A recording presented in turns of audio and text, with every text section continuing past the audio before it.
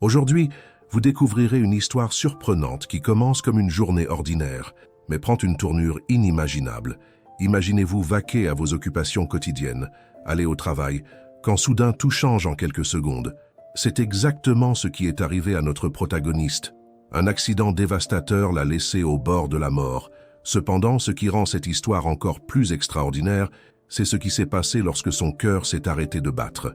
Ce qu'elle a vécu défie toute explication et vous fera certainement réfléchir à ce qui se passe réellement lorsque la vie semble prendre fin. C'était une matinée comme les autres, ou du moins c'est ce à quoi cela semblait.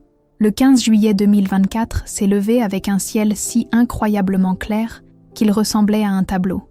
Les premiers rayons du soleil coloraient l'horizon de doux tons dorés, comme si la nature elle-même créait un chef-d'œuvre. Je conduisais vers mon quart de travail de 6 heures du matin, à l'hôpital de Saint-Louis. La routine matinale était mouvementée, mais j'y étais habituée. Après tout, après plus de 20 ans en tant qu'infirmière en soins intensifs, j'avais tout vu. Des pertes irréparables aux guérisons qui défiaient toute logique. Mais rien, absolument rien, ne pouvait me préparer à ce qui allait arriver. Il était exactement 5h47 du matin lorsque j'ai regardé l'horloge, calculant si j'arriverais à l'heure. C'est à ce moment-là que tout a changé. Une camionnette est soudainement apparue, brûlant le feu rouge à une vitesse impressionnante. Nous avons découvert plus tard que le conducteur s'était endormi au volant. L'impact a été brutal. Le camion a heurté ma voiture avec une force absurde, écrasant le côté conducteur. Le bruit métallique de la collision était assourdissant, du verre brisé, de l'acier se tordant. La douleur dans mon côté gauche irradiait dans tout mon corps. Tout semblait ralentir, comme si j'observais la scène de l'extérieur, sans pour autant en faire partie. Je me souviens du grondement de l'airbag, du goût métallique du sang dans ma bouche, de la pression écrasante dans ma poitrine. Puis la réalité a commencé à s'effacer, comme si mon esprit s'éteignait lentement. Lorsque les secours sont arrivés, mon cœur s'était déjà arrêté. Je ne respirais plus. À l'intérieur de l'ambulance, ils se sont battus de toute leur force pour me ramener, et ils ont réussi. Mais mon corps était déchiré, plusieurs os cassés, un poumon perforé, une grave hémorragie interne. Cependant, ce n'était que le début. Quelque chose de bien plus grand était sur le point de se produire. C'est au bloc opératoire que ma vie a pris une tournure inattendue. Mon cœur s'est à nouveau arrêté, cette fois pendant 7 minutes et 23 secondes. Et pendant ce bref instant, tout a changé pour toujours. Ce n'était pas comme éteindre une lumière. C'était comme franchir un portail vers une nouvelle réalité. Un instant, j'étais allongée sur une table d'opération froide. La prochaine chose que je me suis retrouvée dans un endroit indescriptible. Il n'y avait pas d'obscurité ni de tunnel comme le rapportent tant de personnes. Au lieu de cela, j'étais entourée d'une lumière vivante, palpitante et accueillante. Cela n'aveuglait pas. Cela ne faisait pas mal aux yeux. Au contraire, c'était comme s'il avait sa propre conscience, rayonnant d'un amour pur et irrésistible. C'est alors que je les ai vus, les ophanimes, des roues gigantesques faites de lumière pure, exactement comme décrites dans le livre d'Ézéchiel. Mais les voir de mes propres yeux était inimaginable. Ils étaient constitués de roues dans des roues, tournant dans des directions impossibles, couvertes par des yeux qui non seulement voyaient, mais comprenaient, des yeux qui voyaient au-delà de la réalité. Ces entités ont défié toute logique. Ils étaient si vastes qu'ils semblaient exister au-delà de l'espace et du temps, se déplaçant sans obéir aux lois de la physique que nous connaissons. Les yeux qui couvraient leur forme n'étaient pas comme les nôtres. Ils scintillaient comme des joyaux vivants, rayonnant d'une lumière bleue et blanche si intense qu'elle vous coupait le souffle. Il y avait un ordre mystérieux dans leurs mouvements, une harmonie impossible à décrire avec des mots. À ce moment-là, j'ai compris que la vie ne se termine pas quand on pense qu'elle se termine. Quelque chose de bien plus grand nous attend de l'autre côté. Les ophanimes non seulement bougeaient, mais communiquèrent quelque chose de profond. Un message qui transcendait les mots et transportait des vérités et une sagesse impossibles à décrire. Soudain, ils se mirent à tourner en parfaite synchronisation, créant un couloir fait de lumière vivante. C'est alors qu'un son indescriptible remplit la pièce, comme le rugissement de vents puissants, le flux d'eau cristalline et la mélodie la plus sublime jamais entendue, tout en même temps. Et c'est à ce moment-là qu'apparurent les chérubins. Ils étaient encore plus grandioses que ce que j'aurais pu imaginer. Chacun avait 4 visages, humain, lion, bœuf et aigle. Mais ces visages changeaient constamment, comme s'ils reflétaient différents aspects de leur création. Ces 6 ailes ne se contentaient pas de bouger. Ils faisaient vibrer la réalité elle-même autour d'eux. Puis, quelque chose d'inimaginable s'est produit.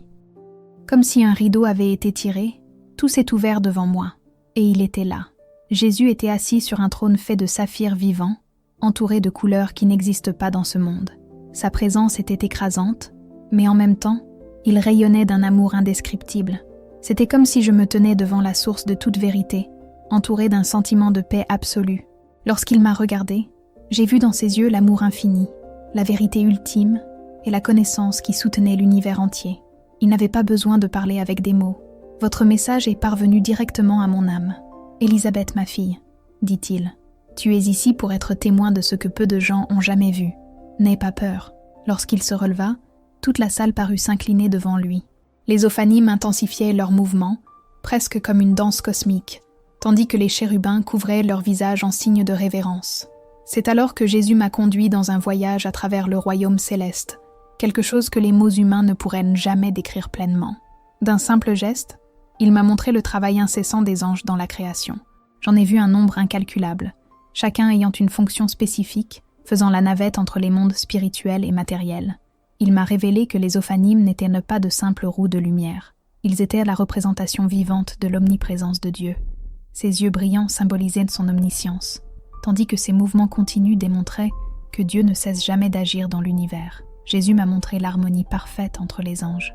Les chérubins, avec leurs visages représentant l'humanité, les animaux sauvages, les animaux domestiques et le royaume céleste, étaient les gardiens de l'équilibre universel. Leurs ailes vibraient en harmonie, produisant une musique céleste qui semblait façonner la réalité elle-même. Mais ce qui m'a le plus touché, c'est de voir comment les anges interagissent directement avec nous.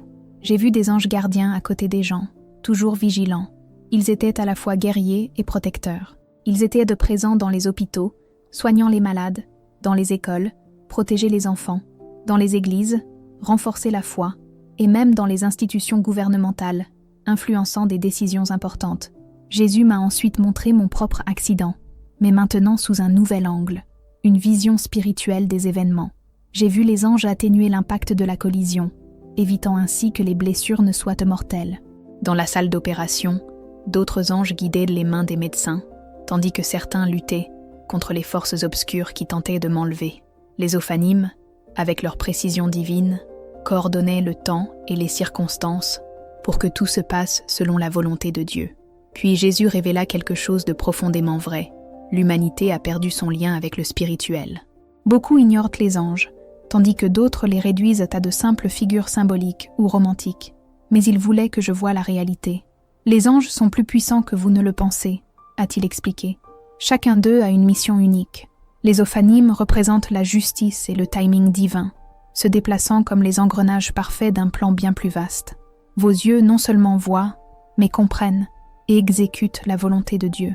C'est alors qu'il m'a révélé la majestueuse hiérarchie céleste. J'ai vu les séraphins, ceux qui sont les plus proches du trône divin, faits de pure lumière et de feu, adorant sans cesse. Sa présence était si intense qu'il était presque impossible de supporter une telle gloire. Les anges gardiens étaient exactement tels que nous les imaginons, mais avec une force et une autorité qu'aucune image terrestre ne pouvait capturer.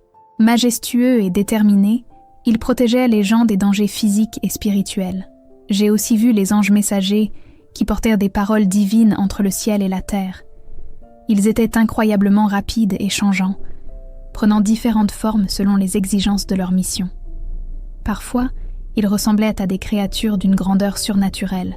Dans d'autres, ils ont adopté une apparence plus humaine. Mais il y avait toujours quelque chose en eux qui trahissait leur origine céleste. L'un des spectacles les plus impressionnants dont j'ai été témoin était la réponse aux prières. Sur le plan spirituel, chaque supplication sincère générait une impulsion de lumière qui montait vers les cieux. Les ophanimes coordonnaient la réponse à ces prières, leurs roues tournant d'une manière si complexe et précise qu'il semblait impossible d'en comprendre pleinement l'ampleur. Et à ce moment-là, j'ai su, avec une certitude qui transcende tout doute, que nous ne sommes jamais seuls. Les anges non seulement entendirent les prières, mais les rassemblaient, comme s'il s'agissait de pierres précieuses, et les portaient au trône de Dieu. Certains d'entre eux ont déclenché une série d'événements, obligeant les anges à agir simultanément à différents endroits afin que les réponses puissent être réalisées. Cependant, ces réponses n'ont pas toujours été comme prévu. Les anges ont souvent réorienté les situations, apportant des résultats qui, à première vue, peuvent sembler décevants, mais qui, en fait, ont abouti à quelque chose de bien meilleur que la demande initiale. Jésus m'a alors révélé quelque chose d'extraordinaire. Les anges ont toujours été profondément impliqués dans l'histoire de l'humanité. Comme s'il m'avait ouvert l'esprit à la connaissance divine, il m'a montré que les anges sont mentionnés 108 fois dans l'Ancien Testament. J'ai vu des passages emblématiques sous un nouvel angle. J'ai observé Abraham lors de sa rencontre avec un ange, mais cette fois, avec les yeux de l'esprit. L'expérience était si intense que les mots humains ne pouvaient la décrire. J'ai également été emmené au Jardin d'Éden. Peu après l'expulsion d'Adam et Ève, devant l'entrée du paradis, j'ai vu un chérubin brandissant son épée flamboyante. Sa présence était bien plus imposante et significative que n'importe quelle illustration religieuse ne pourrait le décrire. Jésus a continué à me guider à travers le récit biblique et j'ai découvert que les anges apparaissent 32 fois dans les écrits de Moïse. J'ai pu voir Moïse dans le désert, interagir avec ces êtres célestes qui ont joué un rôle essentiel dans le guidage du peuple pendant l'Exode. Un autre moment impressionnant a été celui où Jésus m'a montré comment les anges jouaient un rôle crucial dans la construction de l'Arche d'Alliance. Ils étaient chargés de transmettre les instructions exactes au propitiatoire et au chérubin d'or qui le décoraient. La précision divine de chaque détail était extraordinaire. Mais l'une des révélations les plus marquantes a eu lieu lorsque Jésus m'a transporté à l'époque de l'exil babylonien en 597 CT7 Avita J-Pan-C. J'ai vu Ézéchiel sur les rives de la rivière Chebar, entouré d'exilés aux prises avec le désespoir. À ce moment critique, Dieu a choisi de révéler certaines de ses plus grandes visions concernant le trône divin et les anges. Jésus m'a expliqué la signification du nom d'Ézéchiel, Dieu fortifie, ou Dieu est fort, et comment il reflétait parfaitement sa mission. Ainsi, il a dissipé une grande idée fausse que beaucoup de gens ont de nos jours. L'idée selon laquelle, parce que nous avons le Saint-Esprit, nous n'avons plus besoin de l'aide des anges. Ce n'est pas vrai, dit Jésus. Lui-même, lorsqu'il était sur terre, comptait sur le ministère des anges. J'ai clairement vu les anges servir Jésus dans le désert, après sa tentation, et dans le jardin de Gethsémani, quelques instants avant sa crucifixion. Ils ne remplacent pas le Saint-Esprit. Au contraire, ils travaillent ensemble en parfaite harmonie. C'est alors que Jésus m'a révélé quelque chose d'incommensurable. Un royaume céleste qu'il a appelé l'Empire angélique. C'était vaste, gigantesque, bien au-delà de ce que je pouvais imaginer. J'ai vu des millions et des millions d'anges, exactement comme décrit dans Hébreux 12, 22. J'ai également été témoin de ce que David a mentionné dans les psaumes. Il y a 20 000 chars de Dieu, des milliers et des milliers. J'ai réalisé que ces chiffres n'étaient pas des métaphores, mais une véritable représentation d'une armée céleste organisée et toujours active. De plus, j'ai vu à quel point les anges sont profondément impliqués dans le combat spirituel. Jésus a cité Éphésiens 6, 12, et m'a permis d'assister à des batailles dans le royaume invisible, des conflits si intenses qu'il faisait passer les plus grandes scènes de films pour de simples jeux. Ce fut un combat aux proportions inimaginables, et l'impact de ces combats s'est directement reflété dans notre vie quotidienne. J'ai vu des anges protéger les gens contre des attaques spirituelles dont ils n'avaient même pas conscience. Ils ont également fortifié ceux qui étaient confrontés à des épreuves, tout comme ils l'ont fait pour Jésus à Gethsémani. Cependant, Jésus m'a mis en garde contre une erreur courante parmi les chrétiens. Certains sont tellement pris dans le monde matériel qu'ils oublient complètement le spirituel, tandis que d'autres deviennent tellement obsédés par les anges et les combats spirituels qu'ils négligent leurs responsabilités terrestres. La vérité, m'a-t-il dit, c'est que les deux mondes sont profondément liés. Les anges, en particulier les ophanimes, sont fondamentaux pour maintenir cet équilibre. Ils coordonnent les événements du monde spirituel et physique d'une manière qui dépasse notre compréhension. Enfin, Jésus a renforcé le rôle essentiel des anges dans le ministère prophétique. Tout comme à l'époque d'Ézéchiel, ils continuent d'agir, souvent de manière subtile, en organisant des événements pour garantir que la volonté de Dieu s'accomplisse. Ce sont des guerriers spirituels, des agents de la justice divine, obéissant à la voix de Dieu, exactement comme décrit dans le psaume 103, 20, 21. Bénissez le Seigneur, ses anges, magnifiques en puissance, qui exécutent ses commandements, obéissant à la voix de sa parole. Et à ce moment-là, j'ai compris que le royaume céleste n'était pas seulement un mystère lointain, mais une réalité vivante, toujours à l'œuvre autour de nous. Jésus m'a partagé quelque chose d'extraordinaire. L'activité angélique s'intensifie à notre époque. J'ai vu le Sophan bouger d'une manière plus complexe, presque comme une danse céleste précisément chorégraphiée. Il y avait une urgence dans l'air, comme si tout se préparait pour les événements futurs. Il m'a expliqué que comprendre le rôle des anges n'est pas seulement une question de curiosité, mais de préparation. Il est essentiel que mon peuple apprenne à coopérer avec les plans de Dieu, sachant que les anges font partie de ce processus, a-t-il déclaré. Puis Jésus m'a révélé quelque chose qui a tout changé. Vous devez revenir en arrière et partager ce que vous avez vu. Mes anges sont plus actifs que jamais, et mon peuple doit comprendre leur présence et leur objectif. À cet instant, les Sanins créèrent un portail lumineux vers la terre. Les chérubins déployèrent leurs ailes, et le son céleste que j'avais entendu auparavant revint. C'était comme l'écho de fleuves d'eau vive et de voix en parfaite harmonie. Jésus m'a touché le front, et c'était comme si une vague de connaissances était transférée directement dans mon esprit. La profondeur de cette révélation était indescriptible, comme si on essayait de traduire l'infini en mots humains. Une partie de ces connaissances me reste encore, mais je pense qu'il est presque impossible de les exprimer pleinement. J'ai donc été repris. Le Sanin a créé un couloir lumineux entre les dimensions, et alors que je flottais à travers ce flux de lumière, j'ai eu ma dernière vision avant de me réveiller. Un groupe d'anges entourant mon lit d'hôpital, tandis que le Sanin poursuivait ses mouvements éternels et précis. Je me suis réveillée 3 jours plus tard, aux soins intensifs. Pour les médecins, ma guérison était un miracle. Ils ne comprenaient pas comment je pouvais être en vie, et encore moins sans aucune lésion cérébrale. Mais je connaissais la vérité. Les anges étaient là, et la puissance de Dieu s'était manifestée. Aujourd'hui, même si je ne vois pas tout avec la même intensité que cette expérience, je ressens toujours la présence angélique dans les moments cruciaux. Parfois, du coin de l'œil, j'aperçois leur activité. Petit rappel qu'ils sont toujours à proximité, guidants et protégeants. En tant qu'infirmière, je remarque sa présence dans des moments particuliers, notamment lorsqu'un patient est sur le point de mourir ou connaît un rétablissement qui défie toute explication médicale. Parfois, je vois des motifs de lumière et de mouvement qui me rappellent le Sanin.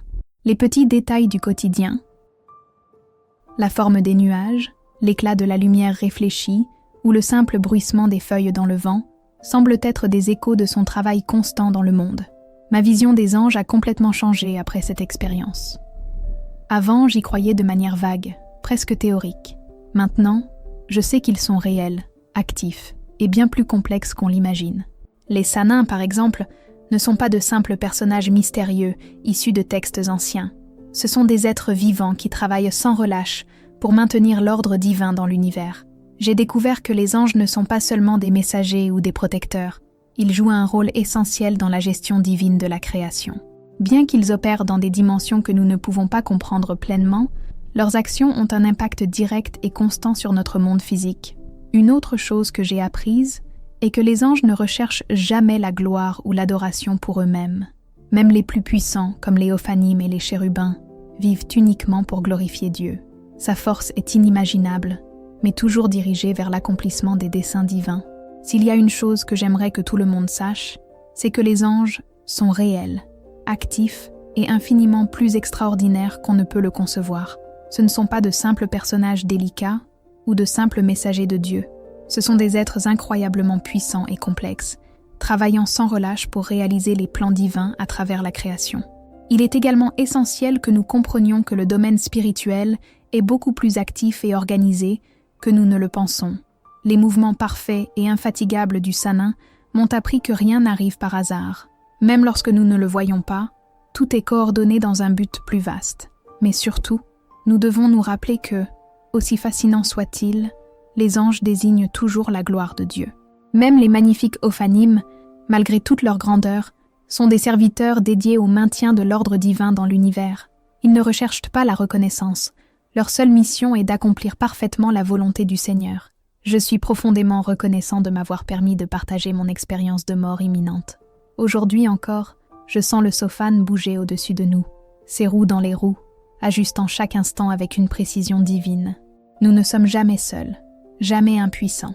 Il existe tout un royaume d'anges qui travaillent sans relâche pour nous, toujours guidés par la volonté parfaite de Dieu. J'espère que ce témoignage touche le cœur de chacun d'entre vous. Je suis sûre que vous avez appris quelque chose de précieux de cette histoire. Je remercie de tout mon cœur toutes les personnes qui sont restées à mes côtés jusqu'à la fin. Que Dieu déverse de nombreuses bénédictions sur votre vie et remplisse votre cœur de paix et de joie. Rendez-vous dans la prochaine vidéo. N'oubliez pas d'aimer et de partager ce message avec plus de personnes.